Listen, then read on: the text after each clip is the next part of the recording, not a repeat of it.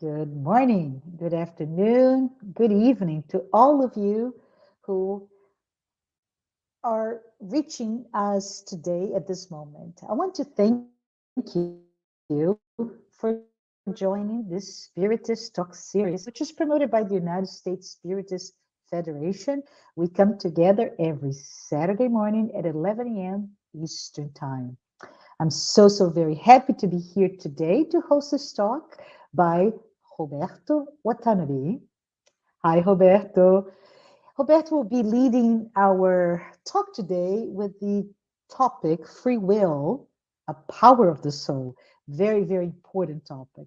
I would like to take a moment before Roberto starts talking to remind all of you that the U.S. Spiritist Federation continues to offer the initiation into Spiritism virtual class with a new lesson released every week on Sundays. It is available online and, of course, free of charge. But as you may know already, this class is meant for anyone who would benefit from learning or review the very basic principles of Spiritism, which was, as we know, published by Allan Kardec in 1857 through the Spiritist book. This class, just as we finalize this announcement, is a self-paced class composed of a total of 30 lessons and 8 interactive Q&A sessions. Lessons are released, as I mentioned, weekly on Sundays at 10 a.m. Eastern Time. If you are interested or you know someone who's interested who could benefit from this class, please take a moment to visit the course page at the U.S. Spiritist Federation website, which is right there, www.spiritist.us, to access either past classes or for you to receive the reminders by email. Tomorrow, which is Sunday, July 24th, the lesson will be on Allan Kardec, the codifier of Spiritism. You may have seen throughout our topics and themes a QR code. And we just ask, if you enjoy this series of live talks and are able to, please take a moment to donate so we can develop new classes, new program. And we appreciate in advance all of you who are able to scan the QR code on screen and help us produce future publications of books and promote Spiritism to everyone. Now, back to Roberto. I am so very happy to be here today and get to introduce you, Roberto, together, and I say together with all of you who are watching this live broadcast, which is simultaneously presented via Facebook and YouTube channels. We want to give you a very warm welcome. We hope you're doing well. It is so good to have you here. And this topic is amazing. Free will, a power of the soul. Some of the concepts relative to, freedom and free will, and especially as they intertwine, may not be so clear to all of you. So glad that you'll be able to discuss that and also offer link to how perhaps free will is a foundational attribute to all of us, right? So I say such an interesting topic, especially as you will also pinpoint to all of you who are interested the relationship between free will and determinism, or some people call it karma, right? That fatal, we have no freedom to get away from what's already pre-planned for you. So I can't wait to hear from you, Roberto, and how this concept really means to all of us as spiritual beings, immortal souls. But I'm sure you are as eager to hear from Roberto as I am. So before he can begin his talk, let me introduce Roberto to all of you who may not know him. Roberto Watanabe is currently the president of FESP, the Spiritist Federation of São Paulo in Brazil. He leads courses on continuing Spiritist education, courses on Spiritist philosophy. He holds a bachelor degree in philosophy and business and an MBA from PUC in Brazil, in São Paulo. Roberto, on behalf of the U.S. Spiritist Federation, we thank you for all your support to the awareness and education about Spiritism. I also thank you for your leadership and most specifically for enlightening me and all of us today. Before I forget, please take this opportunity today to send your questions. Use the chat window. Roberto has reserved time to address your comments, your questions, once he concludes his presentation. Roberto, please go ahead. Thank you, Marcia. Hello, everybody. Glad to be here again. I was here last year. And today I'm going here to talk about free will, like Marcia said. And to talk about free will, we must start by talking about freedom, which is closely related. And what is the definition of freedom according to the dictionary? We have two definitions here. The first one is freedom is the power that has the citizen to exercise his will within the limits that the law provides. So this is more like a legal aspect of freedom, right? And the second one is more personal, which is the condition of the one who does not find himself subjected to any physical or moral embarrassing force. So that is the definition of freedom here, which is close to that of the Aristotle, the Greek philosopher who lived in the 4th century before Christ. So Aristotle said that freedom, he who has in himself the principle of acting or not to act is free, has freedom. That is, the one who is the internal cause of his action or the decision not to act. So this is what Aristotle thought about freedom, which is the definition that we have until today. And then we must talk about if do we have absolute freedom? Kardec asked that in the Spirited book. And the answer from the Spirit is that there is no position in the world where man can boast of absolute freedom, because we need one another, right? So all of us need one another. We can't live alone. And so the Spirit says that as soon two individuals are brought together, there are rights to respect. So it means that my right, for example, goes until the point where the right of my neighbor begins. So we are constrained in some way by each other rights, right? So in that sense, we no longer have absolute freedom. But this is in a social situation, right? By living in society. We have another situation if we look internally to ourselves, and we have the freedom of thought, for example. So this freedom of thought is something in us that escapes all embarrassment. And in this case, we enjoy absolute freedom, Kardec says, right? Because in my thought, I have no obstacles for that, right? I can be hindered in to manifest my thought, but that thought cannot be erased, right? So that's the situation here. The only thing here is that we are accountable for our thought, right? To God only, because God knows about our thoughts, and he condemns or absolves us according to the divine justice. So that is the only limit, let's say. Even that is not a limit, right? It's something that we have absolute freedom in this case. And from freedom of thought, we have the freedom of conscience.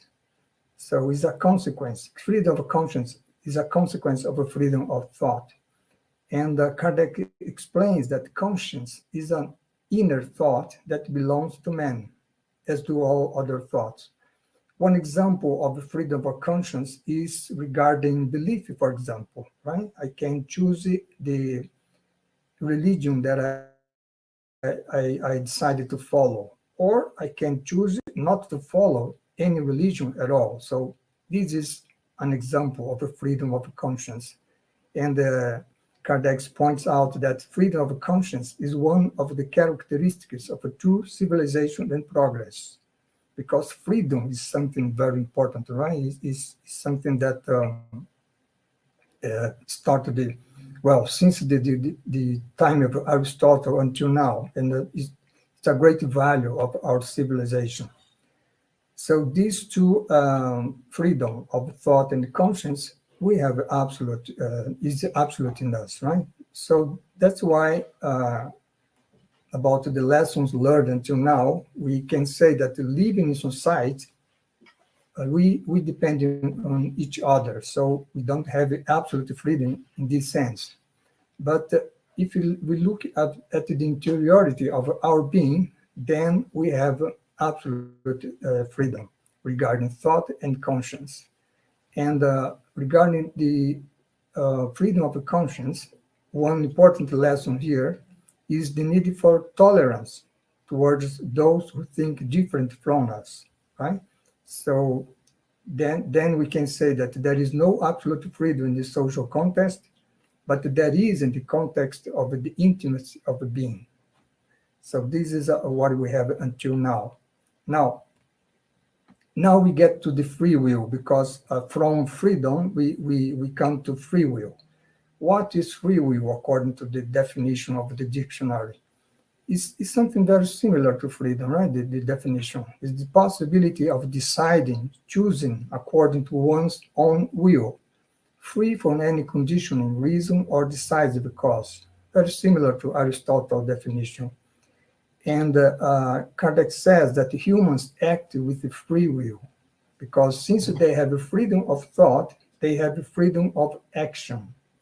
Doesn't mean that we can act the way we want to do, right? Because then we have live in society, we have laws, but we have always we have the free will in the sense of a freedom of a choice here, right?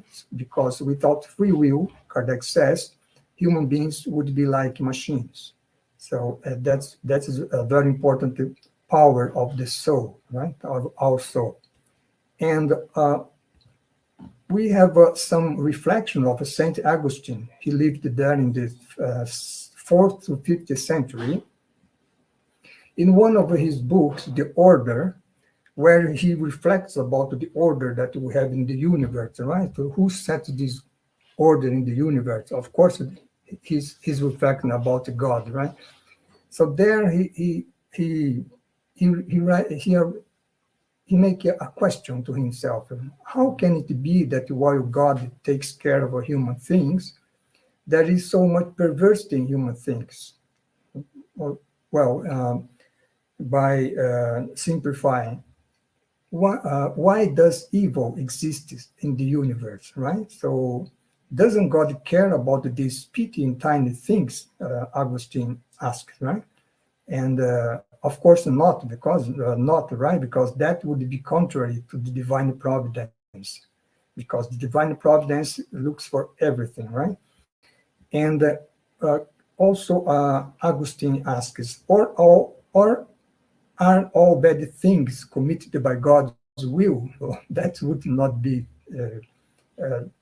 for sure, right? Because that would be contrary to to God's kindness and mercy.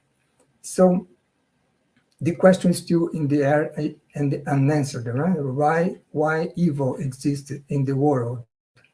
So he will continue his reflection in another book, whose title is Free Will, right? So in this book, Augustine says that there are two forms in which evil manifests itself: suffering and guilt. And suffering is caused by guilt. And who is responsible for guilt? We ourselves, right? So what is guilt then? Guilt, Augustine says, is to submit human reason to passion, to disobey divine laws. And so that is where guilt comes from, right? When we follow our passions, our instincts, and not act according to the divine laws.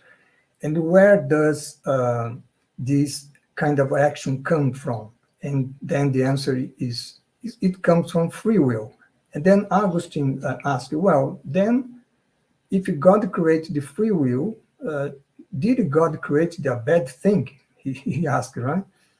And then he himself answered, no, of course not, because free will is the condition of morality. If we didn't have free will, we would not be moral beings, like, for example, in the animal kingdom. The rational animals, they don't have free will. They act only by instinct.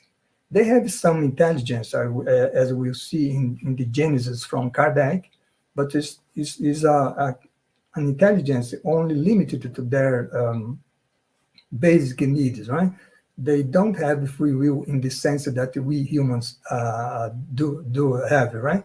So there in the animal kingdom, there is no morality. But among humans, we have morality because of the free will. So that's why it's a good thing.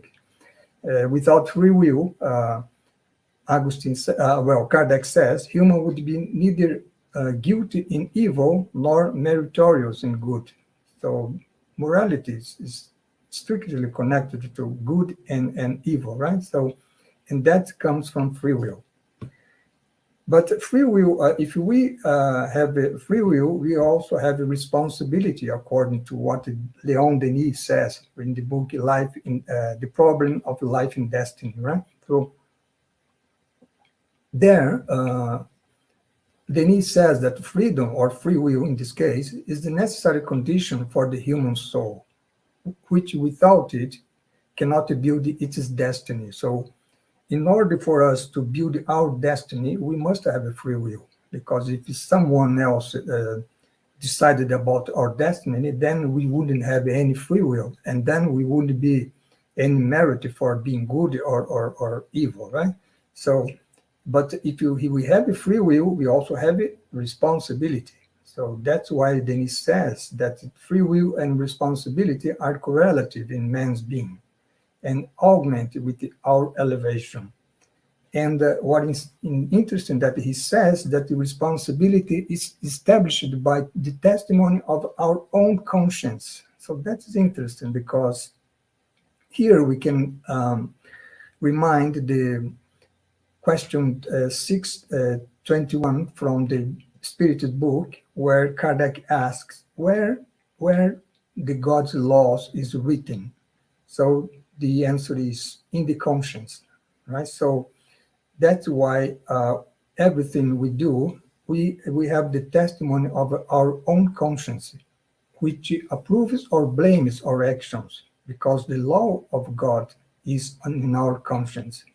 So even if your spirit is not evolved, the law of duty is there, right? Like a lighthouse, Denis says, through the fog of passion and self-interest. So this is something important to us, right? We are responsible for our acts. That's why we have the law of a cause and effect, or karma, like Marcia mentioned in the beginning, right? So, but apparently Kardec looks through some apparent hindrances to free will. It seems that in some situations in our lives, we don't have free will. So this is the situation that Kardec raised here. For example, he asked if there aren't some predispositions that we bring at birth and that are an obstacle to exercise our free will. So this Spiritist answers to Kardec that instinctive predisposition arise from those before the incarnation. So we bring with us some predisposition, some instinctive predisposition, which can incite us to reprehensible acts. But what the Spirit says is that there is no irresistible incitement of if we have the will to resist. So that's what he's explaining here, right? So there is this instinctive predisposition is not something that is determine us and take from us free will. And the second situation is about the organism, right? So Kardec asks the Spirit before us, saying that we have our organism, right? And we have these organisms have an influence on our actions. So doesn't that apart us from our free will? And then the answer is, well, we are certainly influenced by matter or by our body, right? Because we have our organic aspect of our life. But it's not our body that gives faculty to us as a spirit. And then, for example, the Spirit says, if an individual has an instinct for murder, it's not his body which has it is this instinct, right? But it is the spirit that possesses it.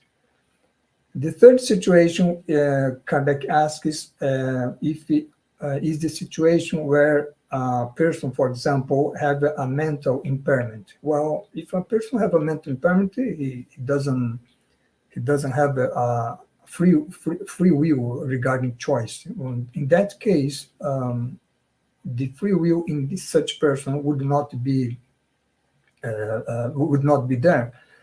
And then the answer is that those whose intelligence is impaired, for sure, is not in control of their thought. But why is that? Because such distortion is a punishment for the spirit for a bad use of its faculties in another existence. So it's in a previous existence. So in any way, at the end of the day, this consequence of this impairment is a consequence of a free act that the spirit had in its previous existence, right? So free will is not hindered here anyway.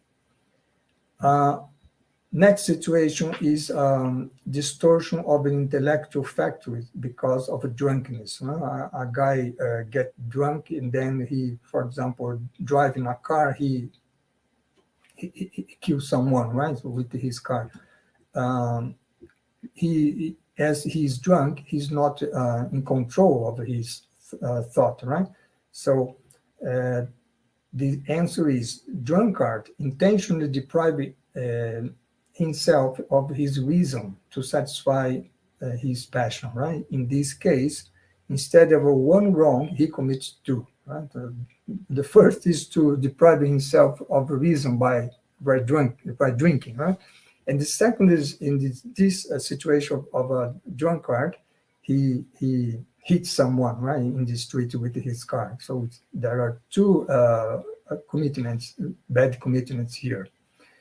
And also another situation is the social position. Sometimes a person, because of his social position, he must follow, for example, some formalities regarding his social behavior, and doesn't that is a hindrance to his free will. And the answer is, well, yes, the world has its demands, but God holds us responsible for the tiny efforts that we make to overcome such obstacles, right? So this is also no reason for not having a free will, right? So at the end of the day, there is no situation where free will is completely moved away from us, right? We always have the free will. And then the next issue here is about free will indeterminism. So we have always this discussion in Spiritism, right? So there Kardec asked about fatalism, right? So he asked if there is fatalism in the event of a life. For example, a situation of a persons who, no matter what they do, they seem to be pursued by fatalism. So why is that, right? So this is the answer here from the Spirit is that fatalism only exists when applied to the choice made by the Spirit upon incarnating to undergo this or that trial. So this is what generally we call destiny, right? So what is the situation here? What the Spirit is saying is that we, before we incarnate, when we were there in the spirit world, before incarnating, we choose some trials that we are going to go through while incarnated, right? So that is going to happen. So that is when we are here incarnate, it seems that it's a fatalism, but the reality is that we chose that, right, before incarnate. So in this case, it was a consequence of our free will. It's not our free will now incarnated, but it's a consequence of our free will before incarnate. So there is no determinism in that sense here, right? So, and also the Spirit says that that is only for trials of a physical nature. For example, Kardec gives some similar examples in another part of his books, where, for example, if I was a bad orator in my past life, right? I use my speech to lead the people to do evil things, for example. Then before incarnating, I think that I say, well, if I incarnate with this quality of an orator, I may be repeating what I did before. So let's have some impairment here, right? In this vocal organ, for example, so that I cannot repeat the same that we did before. In this case, I choose, right? I chose what would be my situation here, and that is a trial of a physical nature. But regarding the moral trials and temptations, we always preserve our free will to resist, right? For example, a person can choose to incarnate in an environment where you have evil, right? So, and then that is a trial that he chose to resist to the temptation, and while incarnate, he always have the free will to resist to that temptation, right? So that's the main difference here regarding physical and moral trial. Another situation that Kardec asks the Spirit is, can we, through our own will and effort, avoid events that were to occur? Suppose that we chose some trial to go through here while incarnate. Can we avoid? And the answer, yes, we can. If this deviation, apparent deviation, fits in the general order of the life that we have chosen. And for example, if we come here and we decided to do good, right? And then we can prevent evil, like we always say in Spiritism, that we can repair our faults from the past, not only by suffering, but also by doing good. by love, right? So that is a situation that the Spirit Emmanuel tell us in this book before Jesus. There is this text here, spiritual remuneration. What Emmanuel says that when work becomes pleasure to serve, the most important point of the spiritual remuneration arises. So when we decided to do always good here while incarnate, there is this interesting situation that whenever divine justice seeks us at the exact address for execution of the sentences we draw against ourselves, could be, for example, that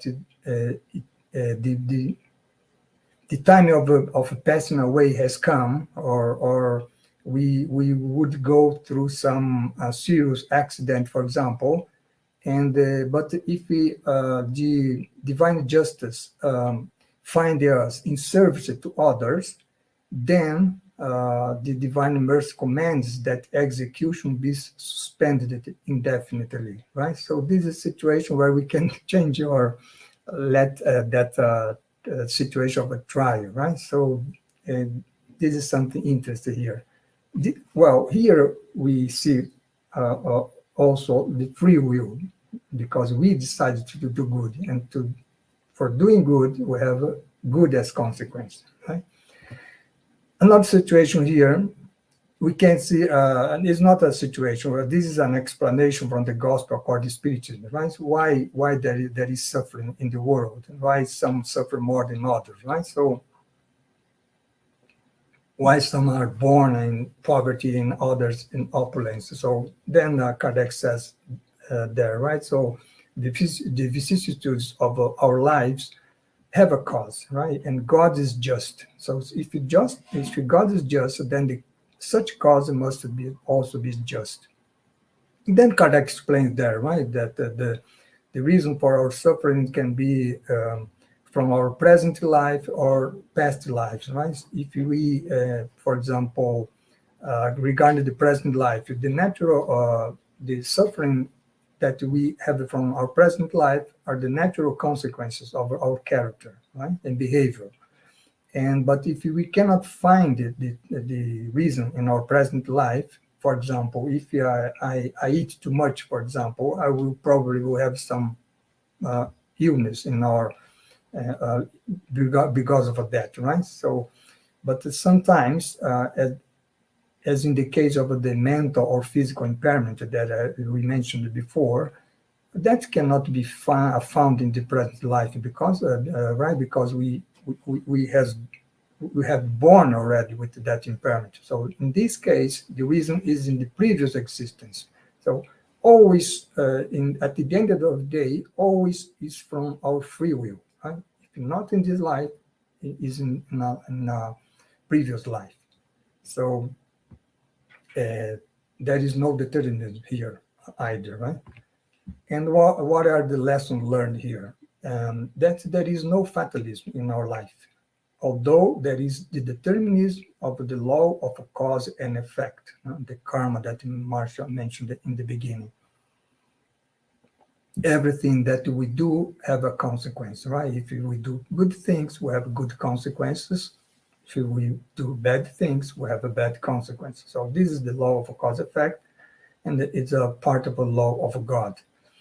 But what another lesson that we have here is that the external circumstances, no matter how they may embarrass us in the bodily sense, right, in the corporeal sense, never do so in the moral sense, if we so decide, right? So this is very important because it means that in our mind we always have our free will, right? It's not affected by anything.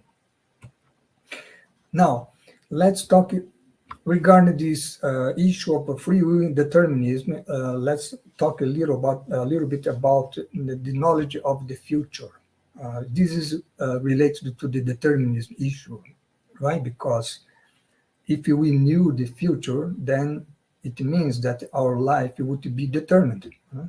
So that's why Kardec says that generally speaking, the future cannot be revealed to us, because if we knew the future, we would neglect the present, right? And well, if we know already what will be happening to us, either good or bad, then we would stay idle, right? Because there is nothing that we could do to change the future. So that would be the denegation of free will, right? So there is no sense on knowing the future here. And that's why Kardec, it's not Kardec, the Spirit said, right, that God willed it to be this way, so that each one of us may contribute to the accomplishment of things, even those things that we would like to avoid, right? So that's the intelligence of God. But sometimes the spirits say that God allows the future to be revealed. So in some specific situations, for example, if a particular foreseen event would facilitate the accomplishment of things instead of preventing them. So in that situation, we could have some hint of the future, right? And also, by knowing something of our future, that lead us to act differently than we would have if the revelation would have not been made to us. So always there is a reason, right? A good reason for not being revealed the future to us, or in some cases to the future to be revealed. And Another issue is regarding the foreknowledge of God, right? Because God knows everything. Right? God knows whether if I'm in front of I must take a moral decision. Well, and that moral decision, well, it means am I going to do good or bad or evil, right? God knows in anticipation what my decision will be. So in that case, do we have free will? So that's the question here from Kardec, right? So God knows whether a person will or will not fail in a particular trial, right? But then what is the need of the trial? Right? Because God knows already. And then the answer from the Spiritist is the purpose of the trial is not to enlighten God about the merit of the people, but to leave us, them or us, with the responsibility for our conduct, right? So the test aims, the Spirit says, to put us before the temptation of evil, leaving us all the merit for resisting it. So even though God knows beforehand if we are going to triumph or fail, God can neither punish nor reward us for any act that we have not yet committed it. So that is a very interesting situation, right? Because God knows, but we don't know, right? So we are going to act freely. So regardless of God knowing what we are going to do or not, right? And we must decide freely in order for God to punish or reward us, right? Because if we would act according to God's will, for example, then we would have no merit of something that we did of good or bad, right? So in that case, God could not punish or reward us for that.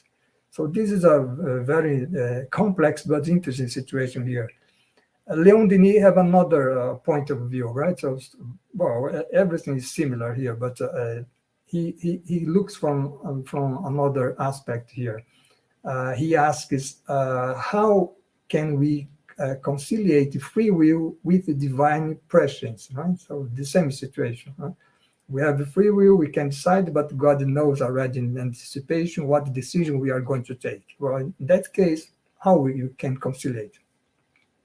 And then he says the same that the Spiritist says in the Spiritist book, right? God knows each of us in our most hidden recesses, and And then God can deduct the determination we will in our freedom take. But then Denis says, this provision of our acts by God does not give them birth.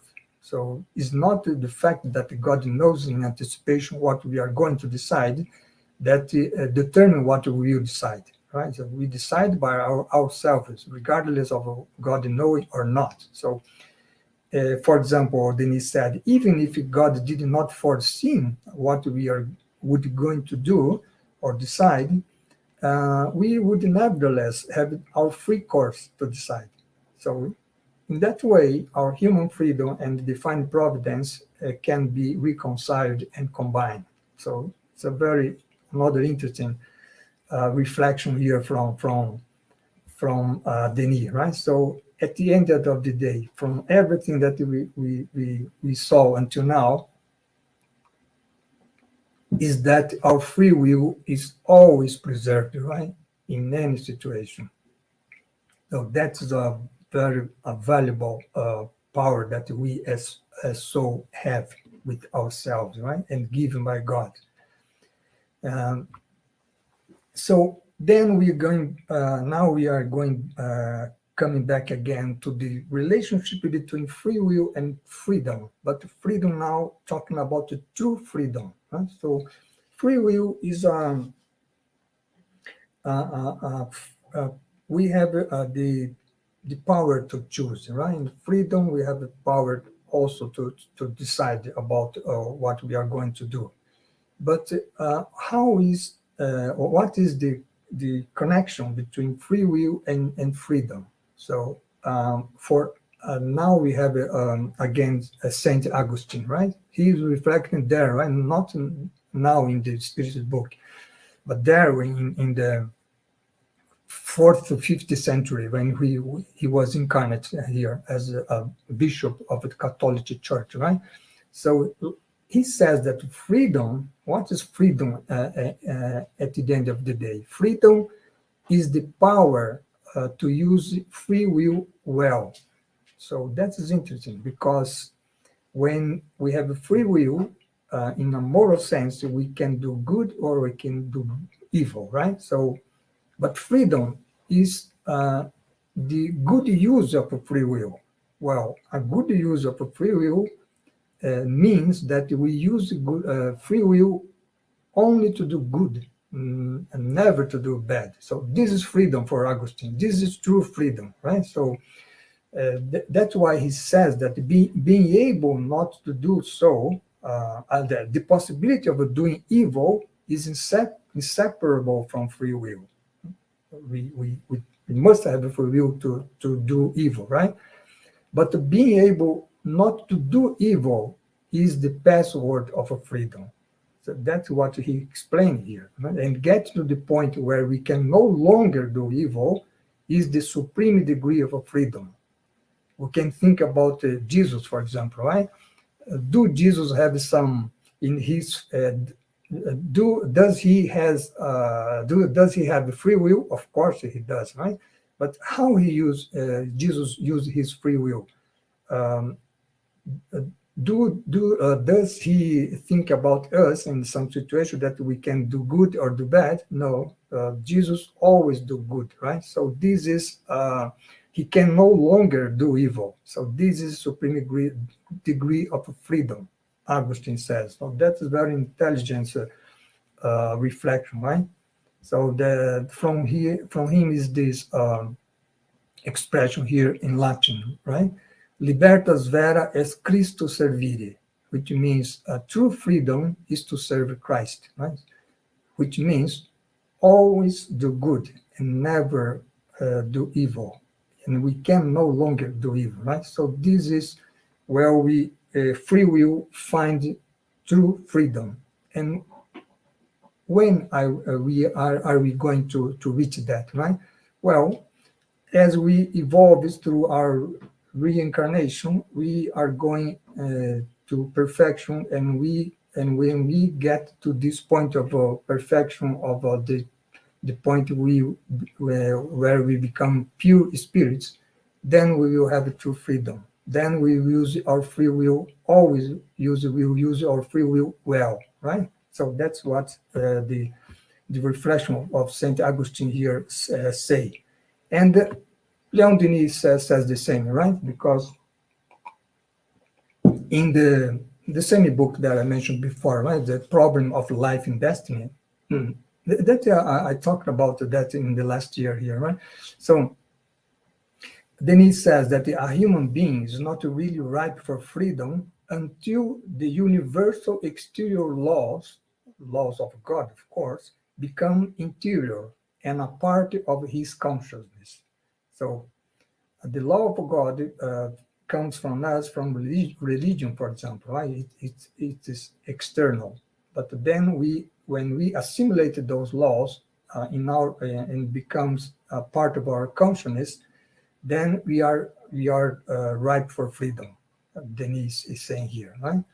Actually, as I mentioned before, the God's laws is already in our consciousness, right? The only thing is that we still are not fully conscious of that, right? As we evolve, then we will fully conscious of such laws. And then Denis says, right, the day when we are penetrated with the law of God and we make it the rule of our actions, then we attain the moral point where we, as human beings, possess, dominate, and govern ourselves. So that is the situation of the true freedom, the good use of free will, like St. Augustine said there before in the 14th to 15th century, right? So this is what I would like to bring today, these reflections from the Spiritist book about free will and true freedom. Final consideration here is that, well, as I said, nothing constrains our free will, right? Nor the supposed determinism. We saw that there is no determinism in our life. If there is some determinism in our life, is regarding the laws that God has set to us, right? For example, the law of progress. That is the determinism for us, right? Because each one of us will evolve, whether we want or not, right? So this is a kind of determinism, but it's a good determinism, right? Something that was set for God.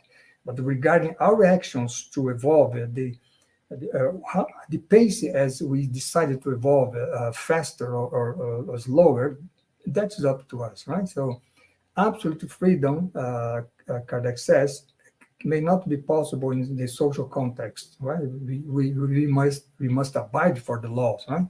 The human laws. But absolute freedom is certainly possible in the intimacy of our being, right? So that's what the final consideration here. And some recommendations for all of us is to have a clear perception of the external, for example, the laws, and internal boundaries, for example, some physical impairment that we might have, for example, right? And then from that point, we would see the possibilities available, always aiming for good. So the good use for free will, right? And then we would act according to ethical principles, and we would be aware that we act aiming for good, but the result belongs to God. It doesn't depend on us, right? And that would be to act with disinterest, which implies freedom. And then we have in the Gospel according to Spiritism, that text which says about the moral person, right? The chapter that it talks about it, be perfect. And who are the moral persons, right? So are those who practice the law of justice, love, and charity, those who know the vicissitudes of life are trials and expiations, and accept them without complaining, those who have tolerance for the thought of others and do not anathematize those who don't think like they do, those who study their imperfections and strive incessantly to combat those imperfections, well, these kind of moral persons, we can see that they are truly free. So that's with this, we finished this presentation today, and now I'm open for any question or observation you may have. Thank you.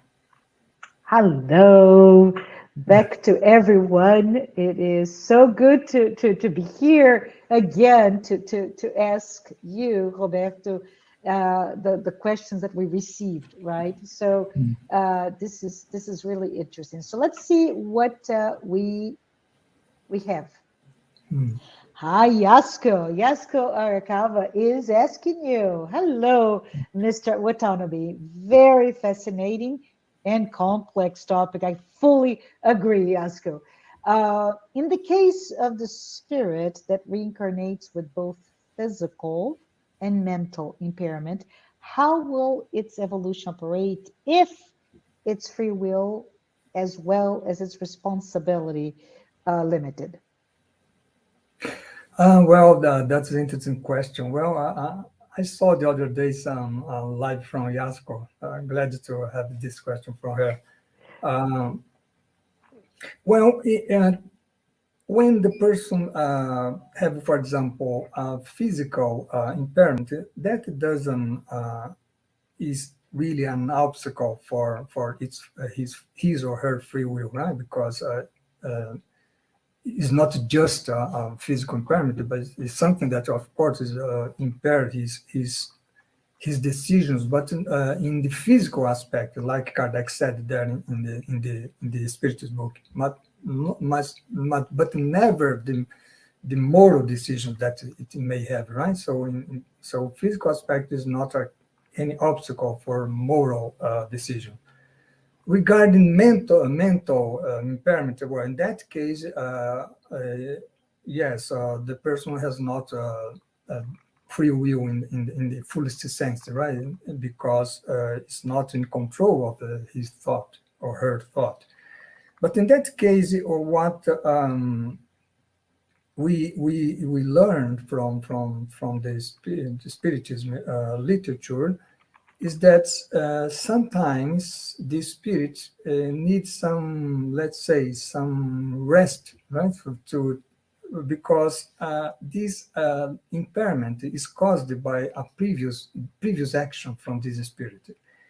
And by these bad actions that he did in the past, he affected his perispirit or his fluidic body. And then his perispirit is disbalanced. So the mental impairment is a consequence of that. And in this incarnation, where this person comes with these mental impairments, is a kind of a situation that he must go through to reestablish the balance of his perispirit.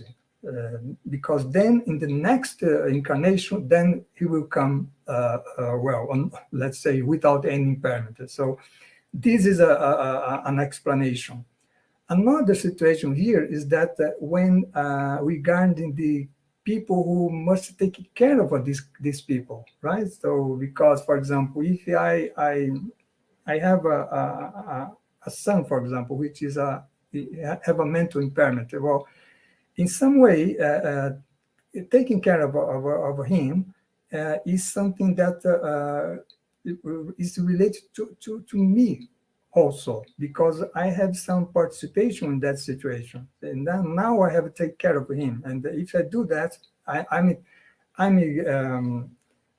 have a good use of my free will. So that is this complex situation, because it involves not only the person, but also the relatives and those who are around them, right? So that is the answer that I would give to Yasko. Yes, thank you. And I would just like to say, that the notion of cause and effect, right? That law of cause and effect is so complex. It's not a linear. This happens because of this, and as such, this will be the effect. Like Isaac Newton did with the third law of physics. But from a spiritual point of view, we start to saying, like you said, Roberto, that maybe what your son is undergoing physically, mentally in this life is completely related to other people, including you or potentially you. So absolutely. Thank you. So let's go to the next question. And we received a comment from the United Spirits Federation YouTube page that says, in addition to environmental influences, we also suffer the influence of the spiritual world. If that is the case, Roberto, who is responsible for actions in those cases? And I think we can talk about perhaps who is to blame.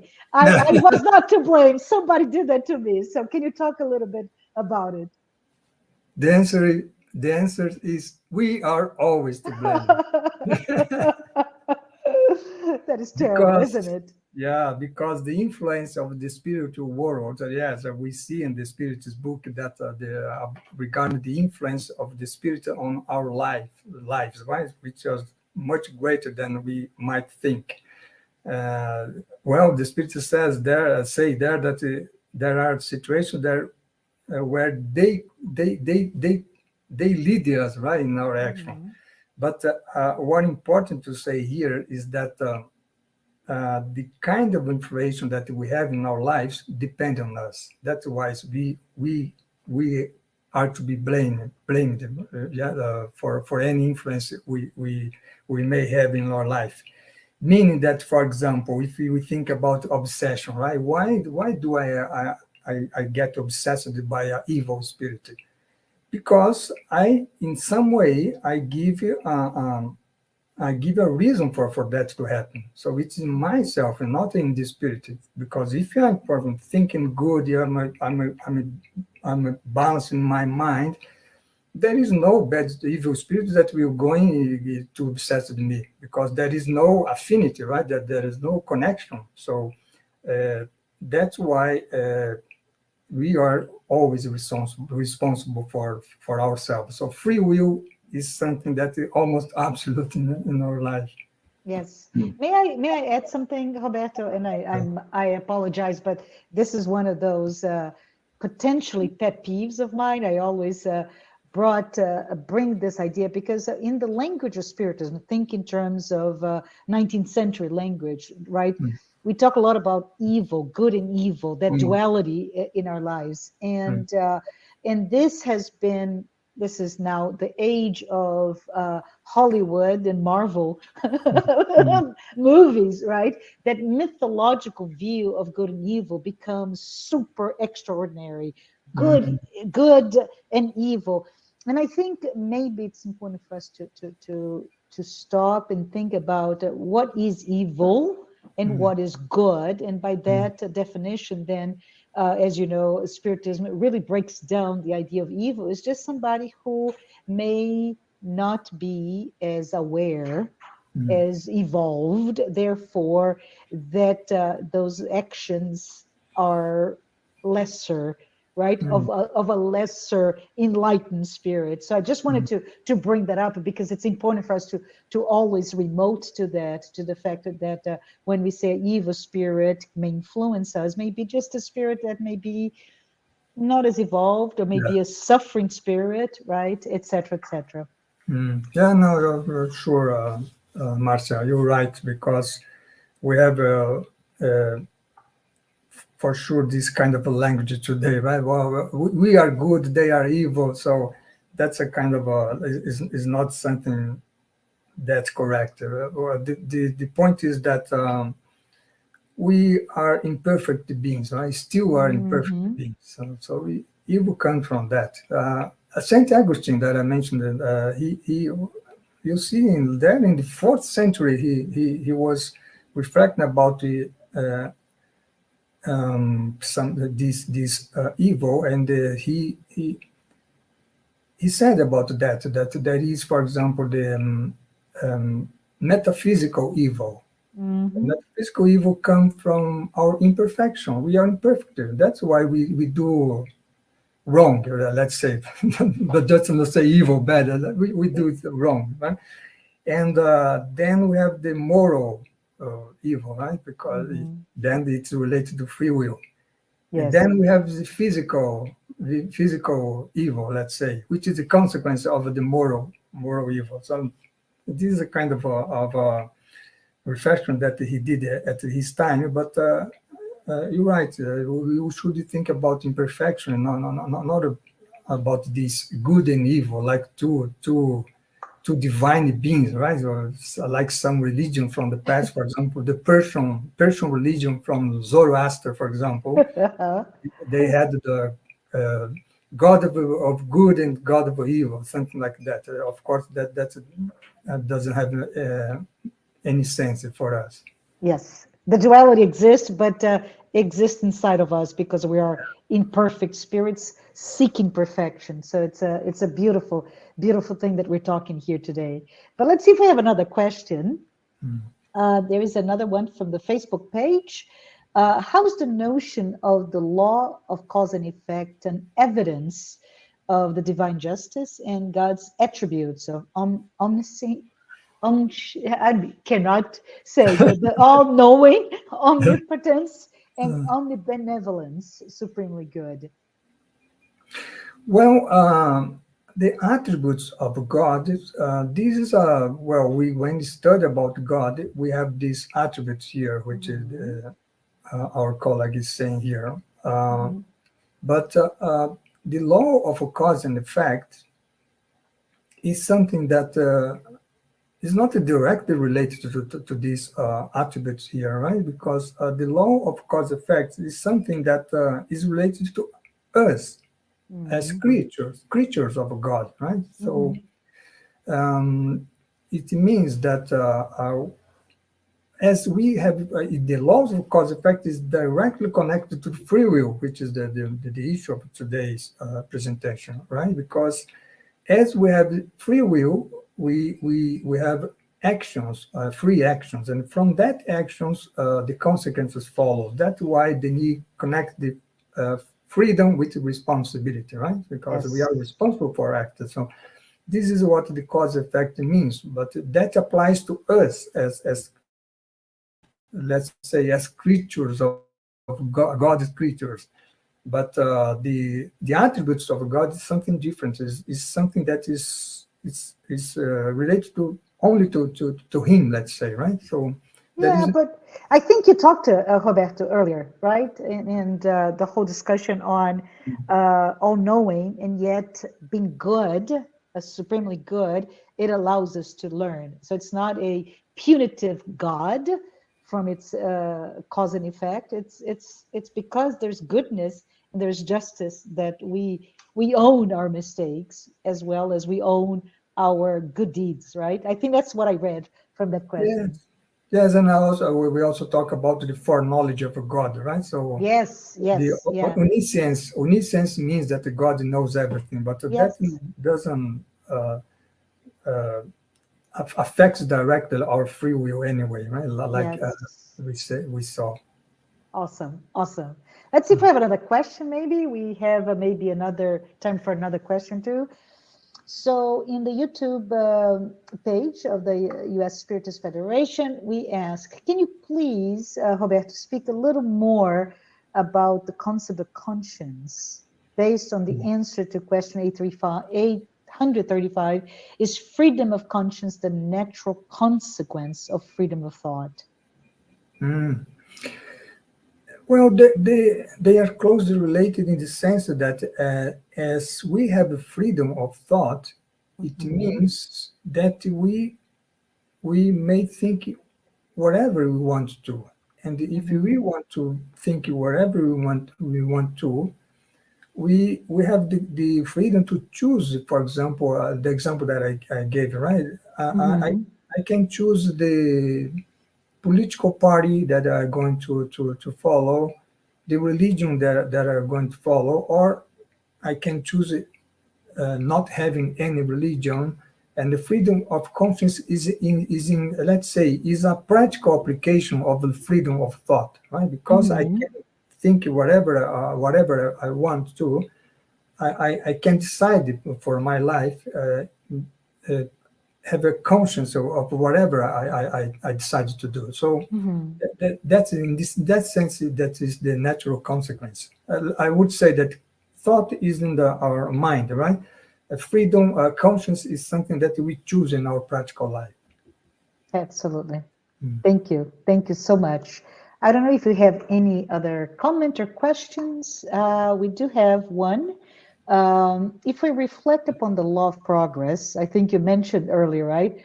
The what, showing determinism, then free will can be evidenced by the choice of how and when we'll evolve as immortal spirits, right? So I think this is just a comment. Maybe you want to comment on the comment. No, exactly. Yeah. The law of progress is a determinism, of course, because all of us will go to reach perfection someday, some far away in the future, right? But someday we will get there. But the pace that we are going to do that, I mentioned that, right? That is on our free will. So Kardec says in the, I say Kardec, but actually it's the Spirit, right? In the Spiritist book, answering Kardec. They say that, for example, I can decide to stop. I don't want to evolve. I like the way I'm going. I am today, and don't want to change anything in my life. And then they say that, but there is some moment that life becomes so tedious that I'm urged to evolve. I'm urged to go forward. Right. So I can decide to stop. I never regress. Right. Yes. Can't decide to stop, but the direction is always going forward to perfection. So the pace we decide, but what we are going to reach, that's determined, because determined by God. Everything that is determined by God is cannot be changed by us, right? So this is an interesting reflection that we could have in another situation, which is talking about what is related to God itself and what is related to us, right? So it's an interesting situation here. It's some distinction that we must make. Absolutely. Yes. No, thank you. Thank you so much, Roberto. I think we have reached the time with our questions. And we have another one. So my apologies. So there is another one from the Facebook page asking you, Roberto. I love this question. You referred back and forth with two figures, right? One from the 4th century, St. Augustine, and the other one, Leon Denis, from the 19th century, right? And they kept talking about free will along with Kardec's questions to the spirits. So they said, you mentioned two authors who wrote about free will. Can you talk about their role in Spiritism specifically? Well, that's an interesting question, because Saint Augustine in his time, there on the 4th to 5th century, he was a very intelligent person, right? So he had some bright ideas about God, about everything, about free will. And but as a bishop of the Catholic Church, he was also abided to the dogmas, right, from the church. So that is interesting, because that is Saint Augustine there. But we have also Saint Augustine of the Spiritist book, for example, of the Gospel according to Spiritism. Well, that's another Saint Augustine, because Saint Augustine in the 19th century, of course, has none of those dogmas, for example, right? So his role in Spiritism is very important. The Spirit Erastus recognized that in the first chapter of the Gospel, where he says that Saint Augustine is a greater, he was great participant of the Spiritist doctrine development, right? So that's what we can talk about him. Leon Denis is another person who was very important, because some say that, for example, if Kardec, in his free will, had failed in his mission, then the Spiritists had already a substitute for him, right? That would be Leon Denis. So Leon Denis also had a very important role in Spiritism. We studied almost all of his works last year. And then that's when I talked here about I think it was the first part of the Problem for Life and Destiny. So, That's very awesome. important spirit. Yeah. So it's a plug for everyone. If you don't know either one, St. Augustine or Leon Denis, please research. They are seminal figures, as Roberto said. So I think we have reached the end of our questions. And I want to say thank you. Thank you, Roberto. Thank you, everyone who watched today's talk, and those who have been following our weekly Spirit Talk series. So next Saturday, I believe it is July 30th at the same time, 11 a.m. Eastern Time. Please don't miss our next live. Bia Lopez will be discussing the concept of togetherness. And as we're about to end our live today, I would like to remind everyone this is such something that I'm so enthusiastic about, which is the virtual class initiation into Spiritism. It's, as I mentioned in the beginning of today's talk, it is every week we have a new release of the class, and it is, of course, free of charge, and it is created for anyone who's interested or who wants to know more about the basic principles of Spiritism. It is a class, a course with 30 lessons and 8 interactive Q&A sessions. And I believe we're about halfway through into the book. So the new lessons are released weekly on Sundays. So be on the lookout tomorrow at 10 a.m. to hear from Bia Lopez. And if you're interested, you can go to the U.S. Spiritist Federation website, and you can click there and receive reminders by email. Roberto, before we close the live, would you be so kind to close with a prayer? I would appreciate it. Yes, of course. Well, thank you, Marcia, for this opportunity to be here again with you. And then, so let's closing our meeting today and thanking for the spiritual benefactors for all this support they give us in this presentation. Let's also thanks to Jesus for this opportunity to being here, reunited in His name. And after all, we thank God for this great power that He gave us, which is our free will.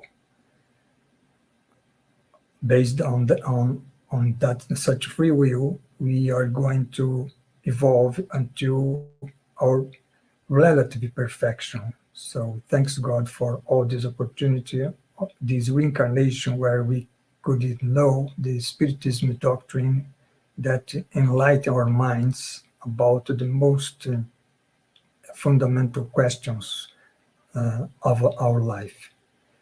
So be it. So be it. Thank you, everyone. Have a great weekend.